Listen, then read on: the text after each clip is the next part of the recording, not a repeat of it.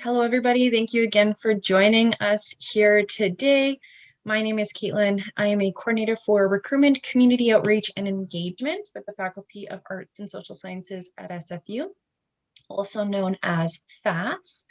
Before we get started, I would like to respectfully acknowledge that SFU's 3 campuses reside on the unceded traditional territories of the Coast Salish people, including the Musqueam, Squamish, Tsleil-Waututh, Katzie, Coquitlam, Kikite, Kwantlen, Semiahmoo, and Tawasin nations. Today, we are happy to bring you another FASS e-lecture. This one will be on systemic racism and police reform by Dr. Samir Gandesha. Dr. Gandesha is an associate professor with the Department of Humanities, as well as the director for the Institute for the Humanities as well. If you are interested in taking a class with Dr. Gandesha this fall, they will be teaching Humanities 101, which is an introduction to humanities, as well as Humanities 360, philosophical sources of fascism. Without further ado, I will pass it on to Dr. Gandesha to start the lecture. Thank you. Yeah, thanks very much. Welcome and good morning, everybody. Really nice to see all of you here. I'm especially delighted to welcome the high school classes. Be great to have some of you attend SFU in the not too distant future. So yeah, my name is Samir Gandesha, and I'm an associate professor in the Department of Humanities. I've been teaching in humanities since 2003. My interests lie in the area of modern European thought and culture. I have a particular interest in social and political thought. As was previously mentioned as well, I'm also the director of the Institute for the Humanities, and our mission at the Institute is to relate the tradition of the humanities, which we understand broadly and beyond its European instantiation, to the fundamental questions of age: social, political, economic, religious, ecological, and so on. I should note as well, just so it's not confusing in the future, we are about to have a fairly significant change both in the department and in the institute, which is to say an important name change. So we will, at some point in the future, I mean, this all has to go through the university process and so on, but we will in the future be called the Department of Global Humanities, and the Center for Global Humanities. So the Institute for the Humanities will be the Center for Global Humanities. There are many reasons for these changes, which I can't go into right now, but a key one is that, you know, we certainly have embraced a more global perspective on what the humanities is and does, and that's reflected both in the department, which is an academic unit teaching and research, as well as the Institute, which will now be the center, which is primarily research and public outreach. So I think perhaps one of the best examples of what we do in humanities, it was exemplified last week by a very dear colleague of mine, Professor Emily O'Brien, who's cross-listed both in history and humanities. And she presented a terrific lecture on what she called Renaissance Italy's first responders. And she showed the way in which the founders of the Western humanistic tradition, in particular Petrarch, Boccaccio, and Machiavelli, responded to the pandemic of their times, which was the Black Death. And the way they did this was by engaging fruitfully with the intellectual, philosophical, and literary traditions of antiquity. And she really just showed, as a result, the way in which humanities can help to illuminate our own pandemic, our own crisis. So what she did there was really she showed the relevance of the humanities to contemporary concerns.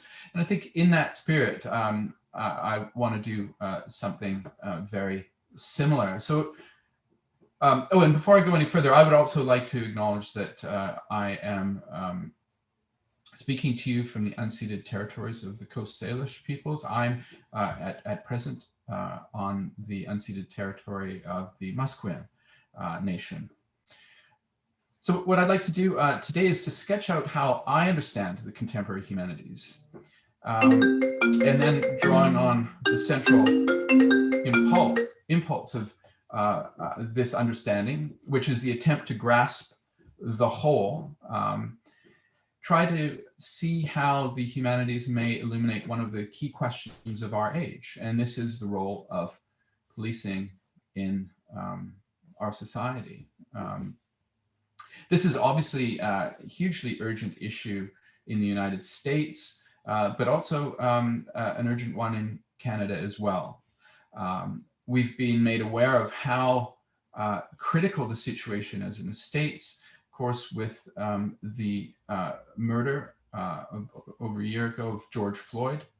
And since that murder, as has been documented by the writer and artist Renee Ater, there have been scores of other murders of African-American people by the police.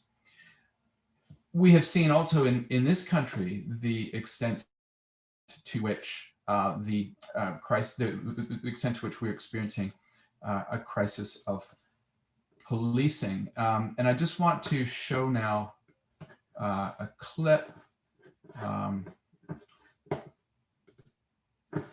here, just as an example, and this happened recently in downtown Vancouver, of the crisis of policing, and I'd say over-policing. Here we go.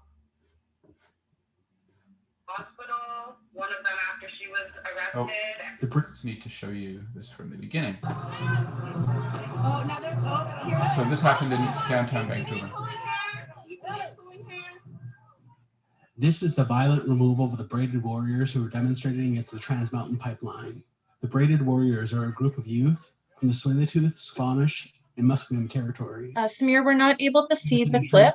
In the building. Oh, is that right? Was the target of the Yeah. protest. The Warriors want them to stop. That's okay. Oh yeah, here we go. Sorry about that. Now I'm sharing. Now can you see it? You just have to make it full screen. Yeah. Yeah, we can see it now. Thank you. Yeah, thank you. Great, thanks for that. Yeah, so this is about the Braided Warriors being brutalized by the police. This happened just a few months ago in downtown Vancouver. Oh, now there's, oh, here. Oh, we got BPD pulling hair. BPD pulling hair. This is the violent removal of the Braided Warriors who are demonstrating against the Trans Mountain Pipeline. The Braided Warriors are a group of youth from the Tsleil-Waututh, Squamish, and Musqueam territories. The AIG insurance office in the building was the target of the protest. The Warriors want them to stop insuring the pipeline. According to a youth who did not want to be identified, people were inside the building when the police came in with very few words, but a strong showing of force. Many people were injured. I think it's safe to say that almost all of the youth that were inside were grabbed or pushed or injured in some way. 2 youth had to go to the hospital, one of them after she was arrested. The Braided Warriors say 4 of their youth were arrested and charged with trespassing. They also said similar demonstrations were held at other insurance companies, but no arrests or altercations. But with this demonstration, that all changed. The Union of BC Indian Chiefs condemned the violence. UBC IC executive Judy Wilson says this is an isolated event in Canada. So many times our Indigenous people are met with violence and when they're standing up for the land. And a lot of the events I've been to have been peaceful, coordinated. A lot of our elders or youth are on front lines, and this is how they've been treated. A Vancouver Police Department spokesperson responded to AP10 News through email, stating a tent and barricade was built at the entrance of the building, and people were being blocked from entering or leaving the building. The youth don't want their reason for the demonstration to be lost. They stand in opposition to the Trans Mountain Pipeline. We don't want an internal criminal investigation. We don't want an apology. We want the Crown to stop criminalizing Indigenous people and Indigenous land offenders. And we want these resource extraction projects out of our communities and off our territories. And we want our people to be safe. Lee Wilson, APTN National News, Kitimat.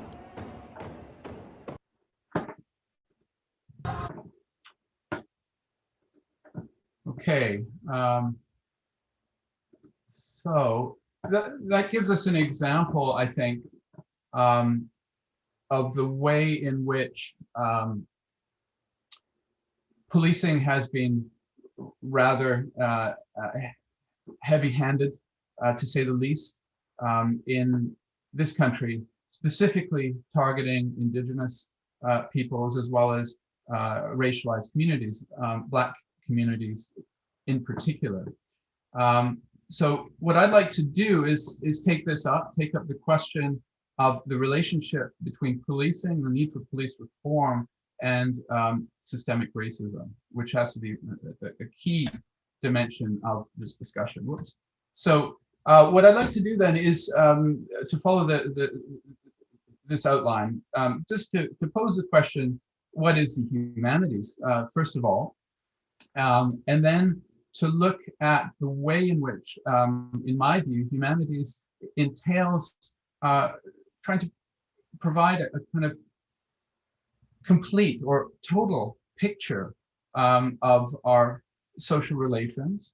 And this encompasses three specific dimensions: the subject-object relation, the relationship between subjects, or the intersubjective dimension, and then what I call the intrasubjective dimension, the way in which we relate to ourselves, our sort of inner worlds, if you will.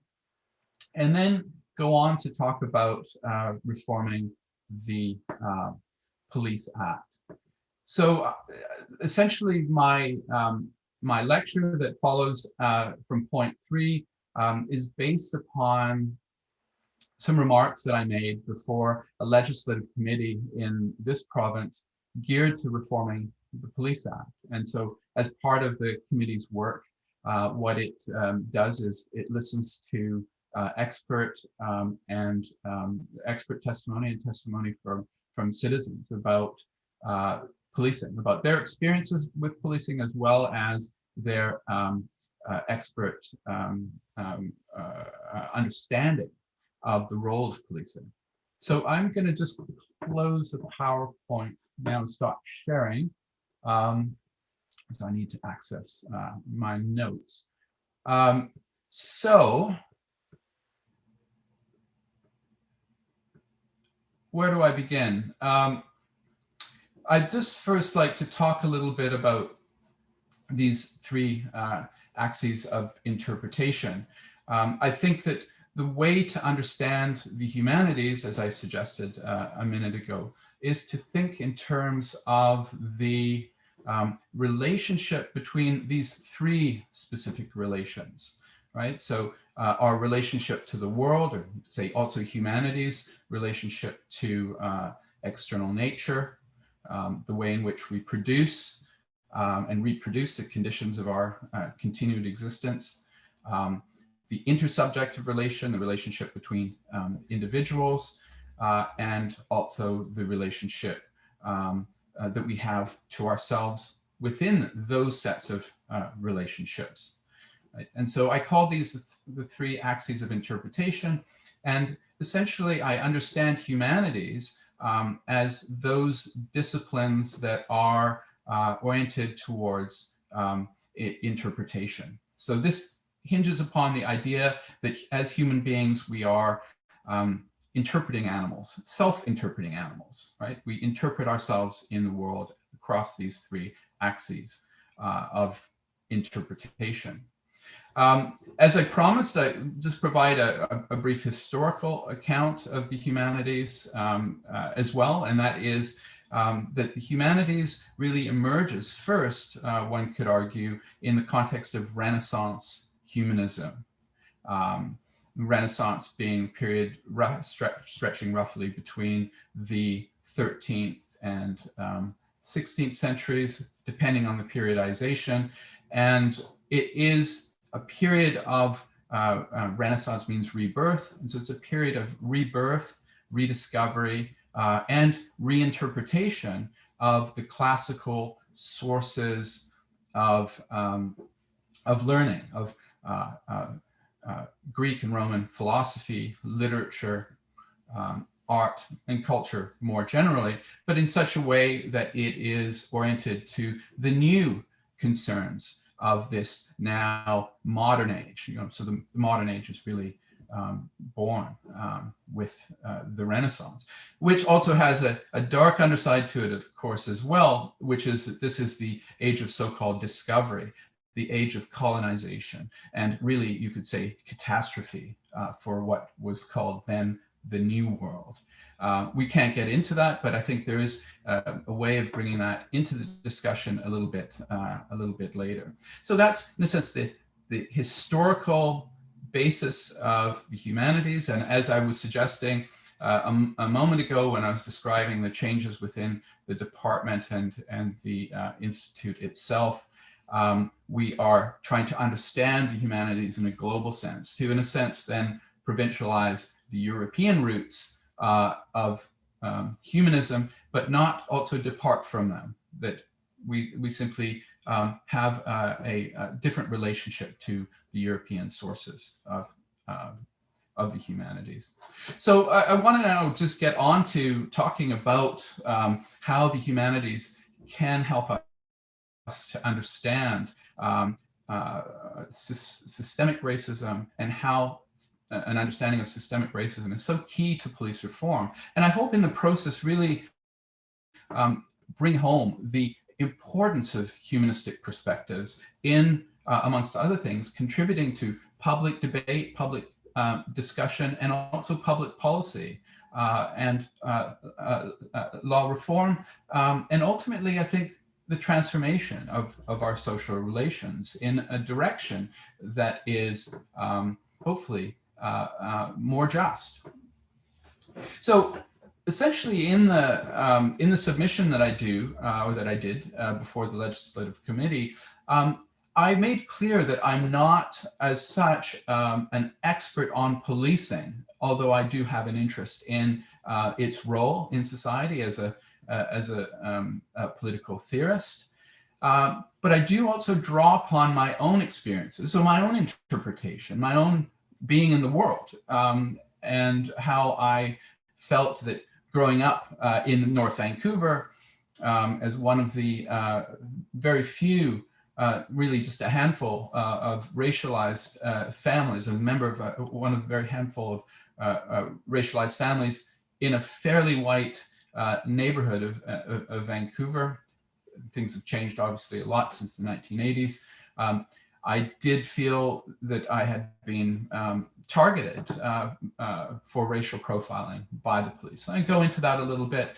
I also talk about experiences I had in Britain, and the way in which, at a time not unlike our own, that witnessed the rise of the far right, you'd have these demonstrations and marches of neo-fascist groups and organizations, not to mention sort of random skinheads and football hooligans targeting communities of color, my own community included. I'm South Asian via East Africa.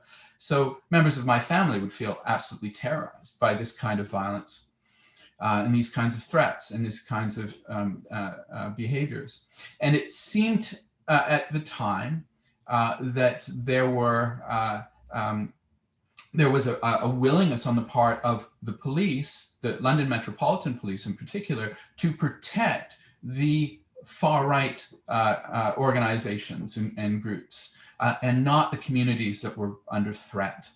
So this had a profound impact on me, as did the fact that when I would, with my friends and comrades and peers at school, I went to the LSE for a year, when we would go and demonstrate against the apartheid regime in Trafalgar Square outside of the South African embassy, we would be set upon by the police. Again, the police seemed to be defending these institutions of racial and social injustice.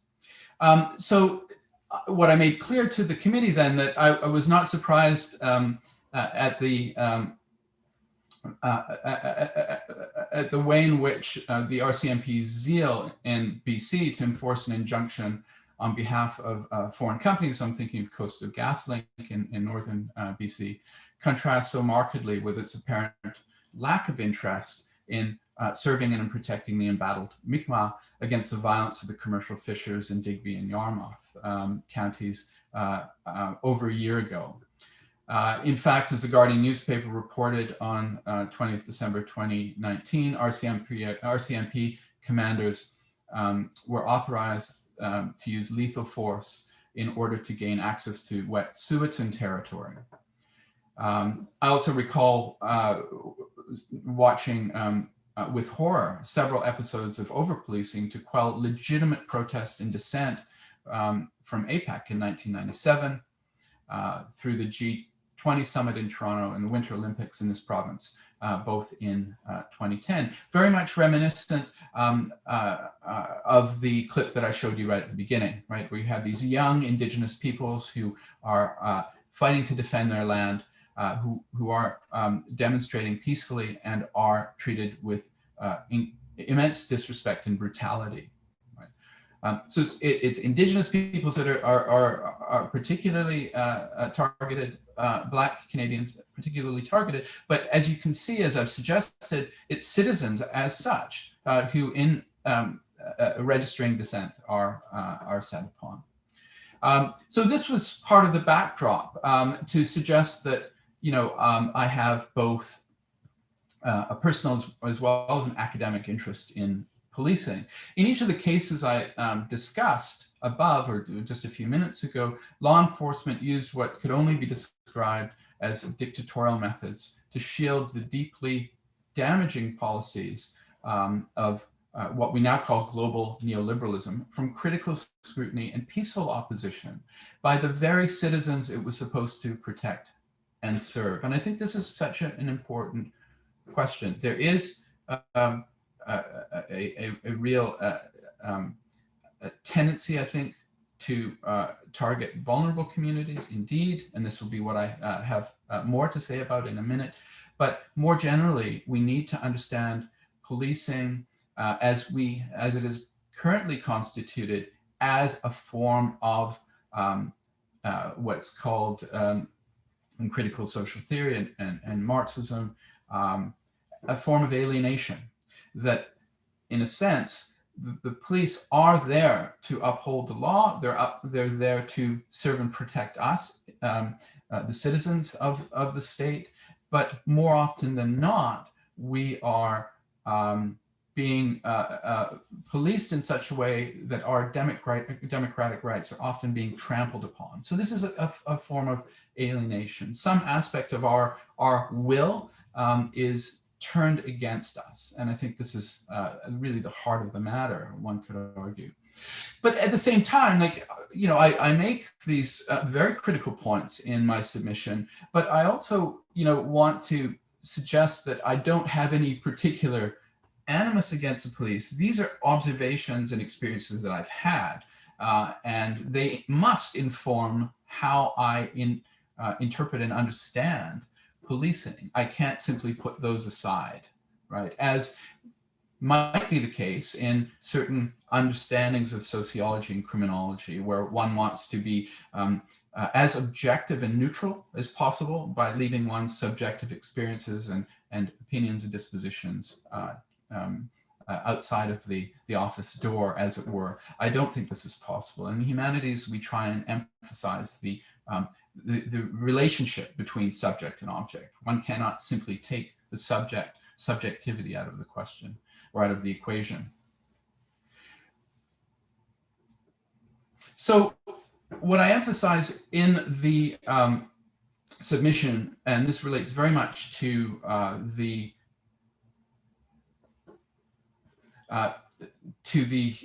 question of the humanities, is the nature of the address, right? Insofar as I'm not an expert on policing, I tend to shy away from declarative statements and really focus in the interrogative mode, right? That is to say, the crucial issue is not to provide answers, but to ask questions, and often difficult and uncomfortable questions of institutions. And so the institution at hand here is that of policing. So my role is to ask about the nature and legitimacy of power, of the kind of power that such institutions wield, and about how such legitimacy relates to our liberal democratic system of government. Can there be anything more important for a tolerant, multicultural, liberal democratic society, such as our own, than for the public and its representatives to have firm and unassailable control over the means of organized violence in our society, while working towards the ultimate objective of diminishing and perhaps someday eliminating the need precisely for such means of violence? These are the kinds of questions we ask in the humanities. My personal encounters with the police, as well as my observation of policing behaviors during APEC, the G20 summit, as well as during the 2010 Olympics, Gustafson Lake standoff, as well as the Burnaby Mountain Trans Mountain standoff, as well as the ongoing situation in the Wet'suwet'en territories, leads me to pose serious questions about whether the public good is being properly served and protected by law enforcement as currently constituted in this province in particular. But this, of course, also extends to the country as a whole. And I think some of these reflections will also be generalizable beyond Canada. History teaches us that unless the weakest and most vulnerable members are safe and secure in our society, then at the end of the day, no citizen is. And I'd like to emphasize that my experiences with the my interactions with the police have not been uniformly negative. Far from it. And I really emphasize that I consider members of the police to be employees and trying to do their job as best as they can. One ought not to view them through the lens of good or bad people. However, at the same time, they are trained to do a particular job. And as part of this training, as with the armed forces, and here I'd refer to Gwyn Dyer's excellent and still relevant documentary from 1985, Anyone's Son Will Do, police officers are socialized into roles that often entail maintaining rather than dismantling myriad systems of oppression and structural violence. And the key thing here is that some embrace such roles with particular and occasionally disturbing enthusiasm. Right? I really want to emphasize that point. Could it be the case that policing as currently constituted attracts people who have a particular disposition for aggression and violence? I think this is a question worth asking. As with military services, the institutional culture of law enforcement may in fact attract a certain personality type whose general disposition is not to question, but to obey and perhaps even love authority. So it is never a matter of one bad apple spoiling the bunch. The problem is about the culture that pervades the institutions of law enforcement. Be that all as it may, our emphasis ought to be precisely on these roles individuals are required to play. This is an important point because it casts doubt on the idea that making law enforcement more diverse is on its own to meaningfully reform policing. Okay, this is something that was, is being discussed in this province as well. Can we make the composition of police forces more diverse, and will that not solve the problem? I'm skeptical. So the idea is that if police forces more closely resemble the communities they police, such forces will do so in a fair and more just manner than if they did not. I believe that such an assumption, while on the face of it is reasonable and intuitive, it would not necessarily stand up to the scrutiny of critical judgment in light of empirical evidence. Individual racialized persons can themselves also uphold norms and structures of white supremacy. just as we must never forget, individual white people can also work energetically and constructively towards its dismantling. The issue is not just black and white.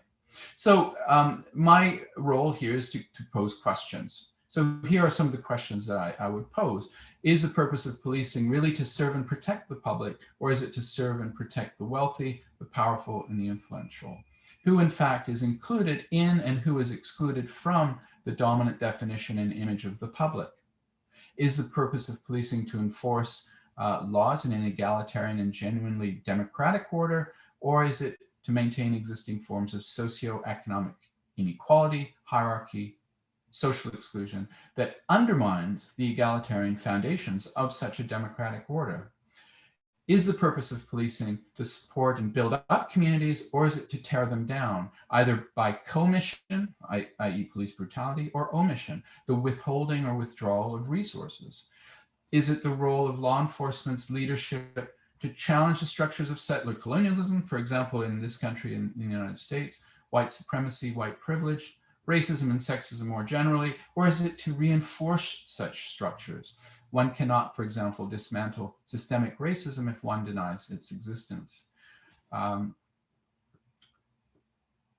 So as part of the committee's work, there's a terms of reference, and the terms of reference really had to do with four specific points with respect to police reform.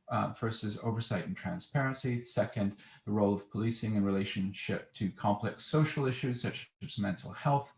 The third is systemic racism in policing, including the RCMP. And fourth, compliance with UNDRIP, or the UN Declaration on the Rights of Indigenous Peoples.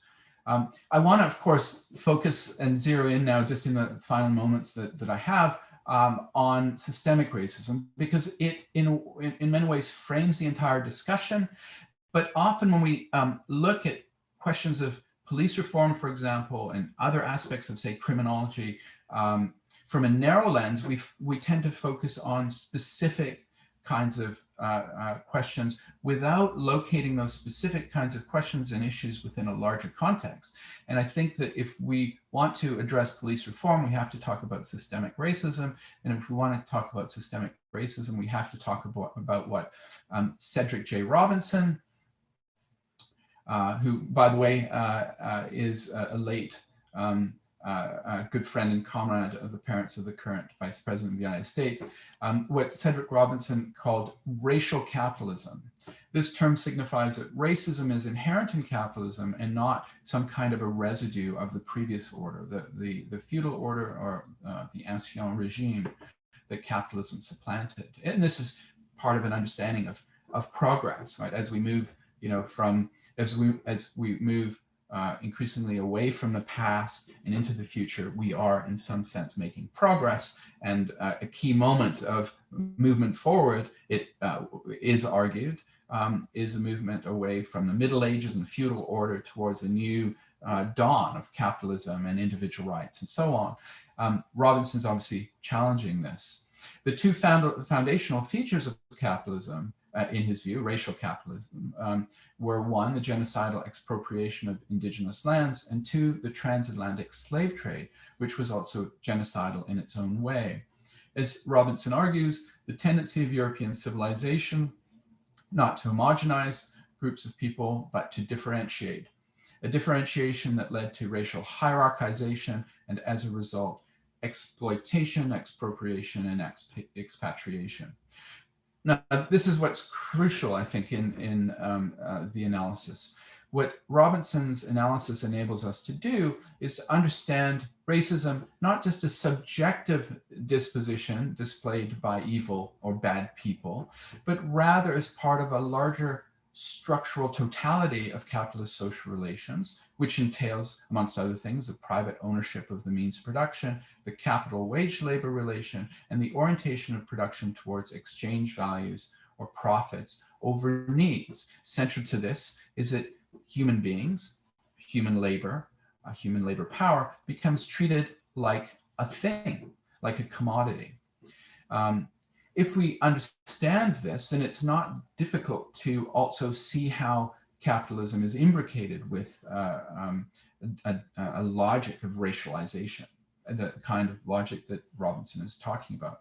It enables us also to think about how the three axes of interpretation that I mentioned earlier could be brought together and thought together. This, first of all, subject-object. Capitalism is a form of social relation that organizes our orientation towards nature. So that's the subject-object relation. It frames intersubjective relations, not just at an individual level, but at the level of social classes, the owners of capital on the one hand and the workers on the other, which is itself mediated by race and gender and other dynamics.